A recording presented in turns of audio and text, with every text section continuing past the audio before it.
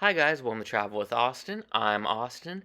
Today I am here in Buffalo, New York at the former Buffalo State Hospital, a massive Kirkbride Asylum, and we are going to be exploring part of the abandoned section of this asylum. Today this is known as the Richardson Olmsted Complex.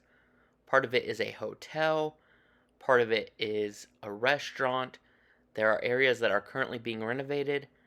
But thanks to Preservation Buffalo Niagara, we got to explore some of the abandoned sections and some of the sections under renovation. In this video, we will be exploring an abandoned part of the former men's ward. So, as you can see already, this is of course a Kirkbride. We have the natural light, we have the large ceilings, and we have that asylum blue-green color that is just kind of a classic. And you can see that even though this section is abandoned, there's lots of debris and dust everywhere, that the windows are in excellent shape. Even the paint in the main hallway isn't in the worst of shape. Now, right there are some doors out to one of the patient porches. This asylum does have caged patient porches, and we will see those in a bit. Here's a pretty cool room with a split door, and we have a sink in it still. Now, coming up to the side, we will see one of the old sitting areas. Now, something I was told that was actually pretty interesting was that the sitting areas for the men, which you can see in front of me right now, did not have fireplaces because at the time they believed that pretty much only men were arsonists. So, in later videos, when we go over to the women's side, you will see that there are fireplaces because they believe they could trust the women with fireplaces, just not men. Now, we are continuing to walk down the building, and you're going to see another one of these push-style doors, similar in a way to the one found in the Ridges. However, the one in the Ridges was more like a Western saloon themed, and at least that one covered more.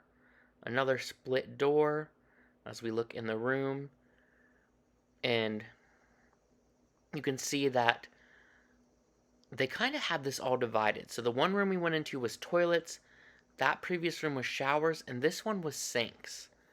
It's kind of very interesting. I kind of wonder why they would have done that, why at the very least toilets and sinks wouldn't have been in the same room. Kind of interesting. Now, I also can't help but think about if you're a patient here and it's at night and you have to go to the bathroom, you don't have a bathroom in your room, were they freely allowed to go into the bathroom or did they have to somehow call a nurse? All things I just can't stop thinking about. Now we are entering one of the patient porches. As you can see, they are caged in. There were stairs between the levels, but you can see that the bottom levels have either fallen out or been cut out. But most likely, the journey between levels would have only been for employees. But this was a nice way for patients to get fresh air and to feel the breeze. And I do have to say, it was very humid during this exploration, and it was actually very refreshing to go out there. Now, we also have lots of different cartoons and stuff painted on the walls here. I'm not 100% sure what all of them are, but you can see we have Yogi Bear. We have Peanuts, Charlie Brown, and Lucy. And then we do have a room here with some stuff in it, including some old doors and windows out to the patient porches. But you can see that they're kind of like purposely fogged up so you can't exactly see everything, which was very interesting to me. Now, I believe that this probably would have been Tom and Jerry at some point, but it's very hard to tell. This room, of course, is much darker because the windows are blocked out. And again, I'm not sure who these people would have been, but it was very interesting to just see these cartoons on the walls here. Now, we also have Over here, an entrance to one of the connector corridors, which are very cool in this asylum because they are curved. But as you can see, there is just tons of random debris and wood and stuff in the way. So we couldn't actually enter in on this one. It's kind of interesting. I don't know why all that stuff is stacked there because it is obviously purposely stacked there. So now we are going down the stairs in the staircase. And as you can see, there are a few areas here where former windows are boarded up. I'm not sure if that's because they are missing glass, or maybe they were boarded up when the asylum was originally abandoned and then never taken off.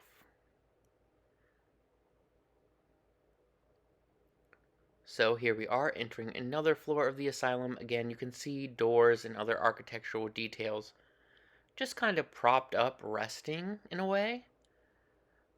And again, we have the beautiful rooms of the asylum. These rooms are very small. It is weird to think that this is basically where someone would have lived. Even if you stay in the hotel, which I will have some videos on coming out if they haven't already, your hotel room, which people have told me they feel is pretty cramped still, is actually the size of 2 patient rooms. So they really did not get a lot of space. So here we are walking into another one of these sections here. Again, you can see the beautiful paint on the walls. Now this section won't have as much natural light because the only windows are really in the former patient rooms.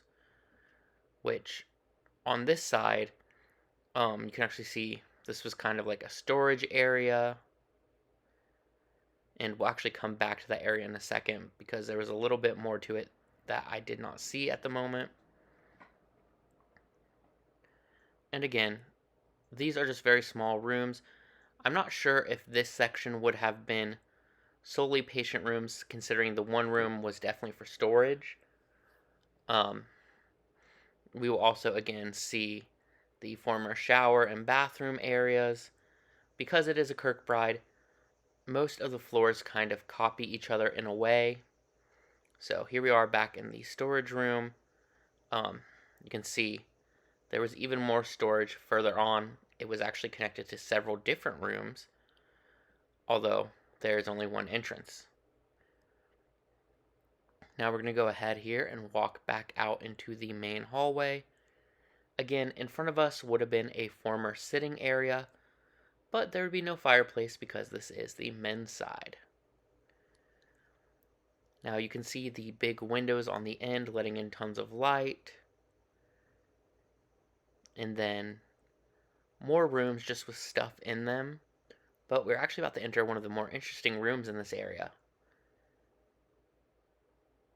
So you can see there's a bunch of stuff just kind of here, but the really interesting part is right here. This was some sort of barber shop / salon area. We still have the chairs and the mirrors and some of the cabinets. There's even a sink left, but as you can tell, it is the only one.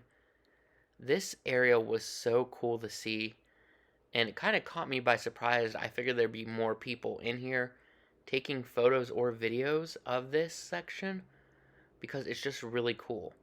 And then also off to the side, you will see a bunch of these things right here. I believe that these are like molds that you would put like plaster or something similar inside of, and it would make a mold of an object, and there were just tons of those everywhere.